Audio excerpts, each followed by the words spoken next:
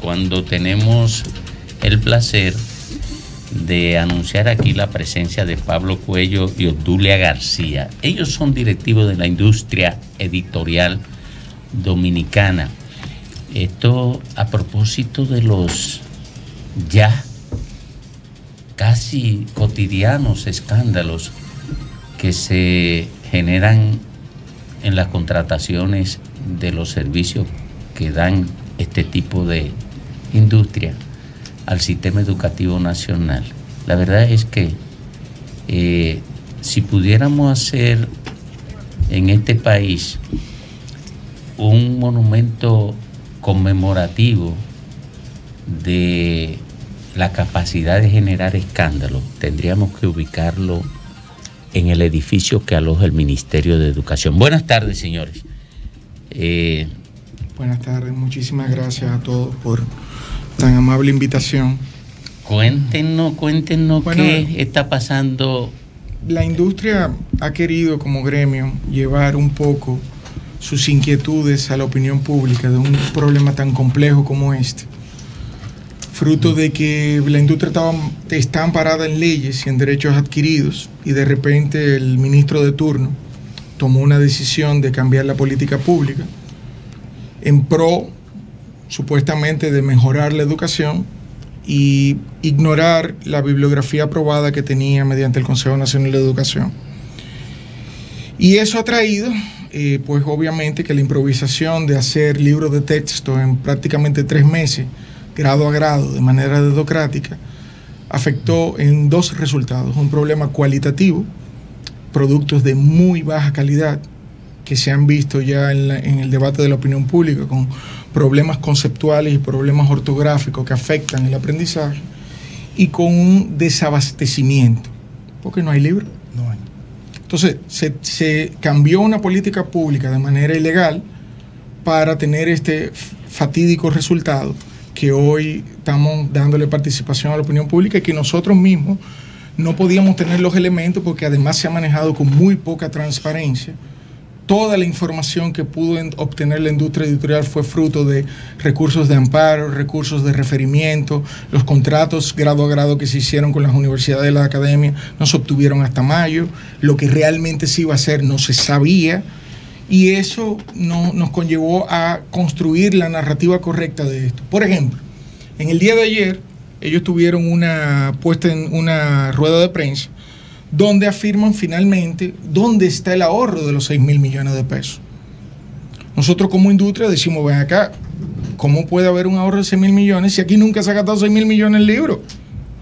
Entonces, esto se ha montado lamentablemente en informaciones falsas. ¿Quién? ¿De parte de quién? De parte del Ministerio de Educación. El Ministerio es una institución el Ministerio es una institución grande. Uh-huh. Eso tiene que tener nombre y apellido. Bueno, en este caso su incumbente, el ministro de Educación, que le toque quien le toque. Ellos ayer en la puesta en circulación dijeron que el costo de 46 libros de nivel primario fue de 3.800 millones de pesos, y la licitación número PEX 2001-002 de 9.167.000 libros costó 2.133 millones de pesos. ¿Cuándo se hizo la licitación? En el 2021. O sea, de lo que estamos hablando es que se hizo una licitación por 9.000 millones, que ahora... No. ¿Cuánto? 2.000 millones. No, en el 2021. 2.000 millones. 2.000 millones. Sí. Y un proceso competitivo de 10 empresas. ¿Y la de ahora qué monto alcanzó? Bueno, el monto parcial de lo que él ha transparentizado va en lo que él ha dicho, porque cuestionamos todos los números, pero vamos a partir de lo que él ha dicho: 1.195 millones por 6 millones de libros. Pero ¿qué pasa? En esos libros... En 2021 fueron 9 millones de libros. Fueron 9 millones de libros. 3.000 menos. Y no solo eso, libros de 230 páginas, 240 páginas, libros que fueron sometidos al departamento curricular, y que cada uno de los libros que se compró sacó una nota de 90 sobre 100. Proceso que no se cumplió con estos libros. Por eso tienen este problema. Porque se violó el debido proceso, la ordenanza 26/2017, que regula cómo se aprueba un libro de texto. ¿Y por qué ustedes no recurren? Estamos judicializados desde enero. ¿Cuál es la laxitud contable? ¿Qué resultado arroja? ¿Cuál es el número? No entiendo la pregunta. La laxitud contable, o sea, el error, la diferencia en este caso entre lo que pasó el año pasado, lo que ocurre ahora. Bueno, es que imagínense, o sea, aquí no hay un estudio que fundamente la decisión que ellos tomaron, ni cualitativo ni cuantitativo. Vamos. Esto es la decisión del ministro de turno. Vamos a establecer algo. ¿De cuánto ha sido el mayor monto de inversión del Fondo Público de Educación en libros? ¿Cuál ha sido el mayor monto, el año más alto? ¿Y de cuántos libros estamos hablando? ¿Ustedes quieren que le diga la ironía? Por favor. El monto más alto que se ha invertido en un año fue en el 2021 bajo esta de 2.133.000 pesos. Bajo esta 2.133 millones de pesos bajo esta administración que invitó a la industria editorial. ¿Cuántos libros? 9.167.950 libros. Un total de 46 títulos. 46 títulos. ¿Y ahora? Bueno, ahora sí, lo que va, pero vuelvo y le digo, no es la bibliografía completa ni nada por el estilo, son 6.471.000 libros y 1.195 millones. Pero ahí no está. Ahí hay muchos costos ocultos. Los 3 millones de diferencia cuadran los 2 Exactamente, millones. los 3 millones de diferencia, y ahí no están los libros de primero de primaria. No se han mandado a imprimir los libros de primero de primaria. Los libros de preescolar que ellos dicen que tienen, que usted, señor Nieves, ha escrito sobre el tema y lo importante que es esa edad. Los libros de preescolar que ellos dicen que aprobaron en el Consejo Nacional de Educación no están en el portal, no existen. Que lo den a la luz pública, que lo lancen a la transparencia del escrutinio de la opinión pública. Vamos a ver que la señora Odulia, ¿usted representa? Sí, yo represento la editorial. Puede acercarse. Sí, muchas gracias. Y personalmente soy una académica que se ha dedicado a la edición de libros de texto desde hace muchísimos años. Trabajé mucho tiempo en Editorial Santillana, actualmente trabajo en Casa Duarte. Y como les digo, me he dedicado a la educación en todas las instancias prácticamente del país, hace más de 50 años. Y actualmente pues sigo ejerciendo como directora editorial de libros de texto. El problema que yo quisiera considerar aquí con relación a los libros de texto del Ministerio de Educación, estoy muy lejos. Sí, ahí está cerca. Es que para hacer un libro de texto es necesario tener formación académica en el área correspondiente, conocer bien el área, conocer también la progresión del área. Hay que tener un conocimiento profundo de psicología del aprendizaje, hay que saber a quién se dirige el libro. Todos los libros no pueden ser iguales porque todos los niños no son iguales, ni tienen la misma edad, ni tienen las mismas capacidades, ni tienen los mismos conocimientos. Hay que saber de pedagogía y hay que saber de una cuestión que se le hace muy poco caso en general y que es la teoría editorial. La teoría editorial es la que hace que el texto sea legible a la edad correspondiente.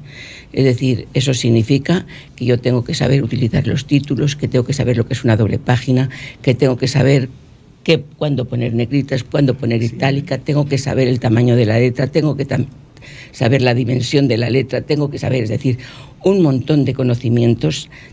Tengo que tener mucho cuidado en los primeros niveles de no dejar al final de una frase. Habría que realmente escribir por sintagma nominal, sintagma verbal cada oración para no dejar colgando, por ejemplo, una preposición, un artículo. No puedo decir el niño que y dejar, como dicen aquí, como se dice aquí, colgando al niño de la brocha, ¿no? Es decir, que naturalmente hay que tener mucho cuidado en la redacción y ser sumamente claros en el asunto. Entonces, naturalmente, hacer un libro requiere todos estos tipos de conocimientos, y aunque una persona, un autor, sea un brillante autor en un área específica, no necesariamente conoce la teoría editorial y no necesariamente conoce yo qué sé, de pedagogía o de psicología del aprendizaje. Una pregunta, señor Tulio, señor Pablo. Bueno, en realidad tengo varias, pero en ocasiones anteriores, ¿qué ha pasado cuando se han dado errores en los libros de texto que ya han sido distribuidos o puestos a disposición de parte de los niños? ¿Qué procedimiento de subsanación tiene frente al hecho material que está ahí constatado? Uno, y dos, ¿con qué libros se están estudiando nuestros niños hoy, ahora mismo? Bueno, hoy no están estudiando con ningún libro, por la sencilla razón de que O sea, el año escolar empezó hace 25 días y nuestros niños no tienen libros. No tienen libros. Te actualizo en eso, Obdulia. En el caso de primaria, ellos están usando parte de las obras que compraron en la licitación del 2021, que en principio dijeron de manera pública que lo iban a dar para los estudiantes de la frontera, y después se dieron cuenta que no podían prescindir de esos libros y que no había una justificación para hacerlo. En secundaria, los niños no tienen libros desde el 2019. Los jóvenes no tienen libros desde el 2019. ¿Y los famosos libros digitales? No los repartieron. Pero era digital, era un clic. Pero la política pública de un ministro no es la política pública del otro ministro. Aún sea el mismo ministerio. Aún sea el mismo Estado. Sí, ustedes hablaron de teoría editorial. Sí. ¿Y cuál es la diferencia entonces? O sea, o cuál es la observación con los libros actuales, con la teoría editorial? Bueno. Y otra cosa, y si ustedes no son quienes están imprimiendo como tal, ¿verdad? Como asociación, pues ¿quién lo está imprimiendo? ¿Y dónde? La impresión es una forma de difusión del conocimiento. Nosotros como editorial, nosotros trabajamos los contenidos, y el modelo económico que había hecho la política de Estado de los últimos 15 años era sencillamente que el editor entregaba un producto totalmente listo al estudiante. Yo quiero leerles 3 problemas conceptuales para poner en contexto al público de manera sencilla. Y voy a ser muy crudo. Esto es un libro de ciencias naturales de cuarto de primaria. La definición del pene dice: además de conducir la orina, sirve para introducir el líquido seminal en la vagina. Oiga eso. Ese es el libro de cuarto de primaria de ciencias naturales. Sigo leyendo, para los que tienen hijas como yo que les preocupa.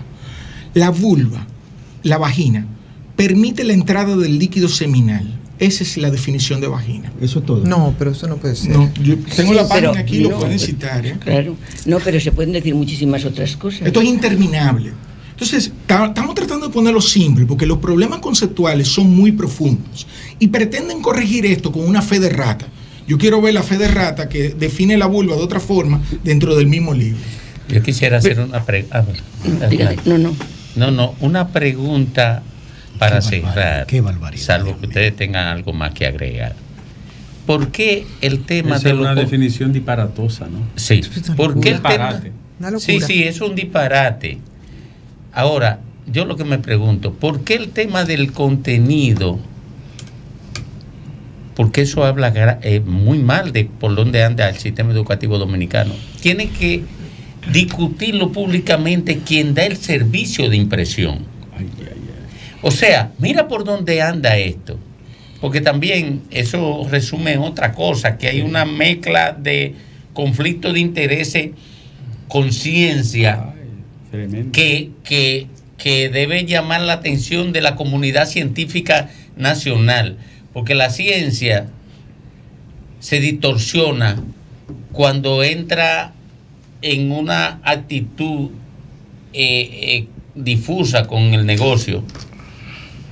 O sea, eso es lo grave de lo que yo he escuchado esta tarde aquí. O sea, es el negocio que tiene que cuestionar los contenidos. Lo que lo es. Sí, miren por dónde anda el desastre educativo nacional. Bueno, don Domingo, nosotros somos una empresa privada, representamos empresa privada.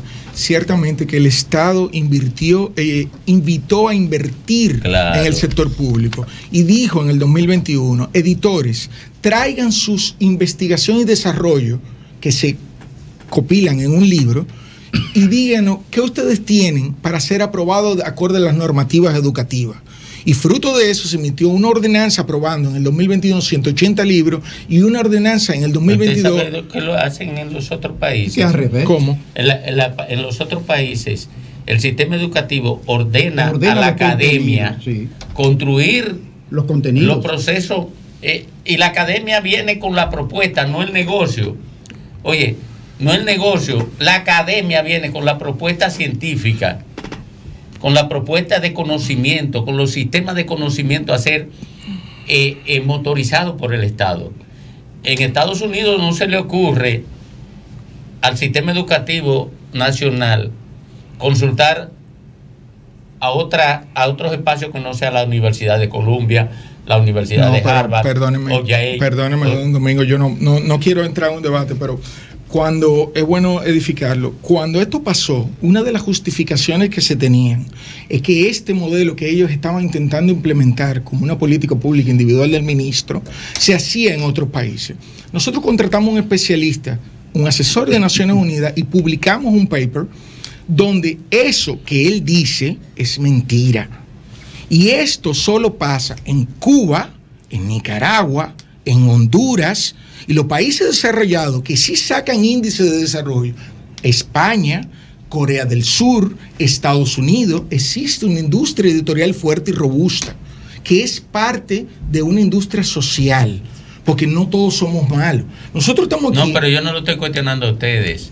Yo estoy cuestionando el sistema, porque se supone que el conocimiento viene de los espacios donde se elaboran los conocimientos. Por eso las grandes cadenas farmacéuticas norteamericanas o británicas están persiguiendo a las universidades donde se hacen las investigaciones para apropiarse de esta y entonces convertirla en negocio.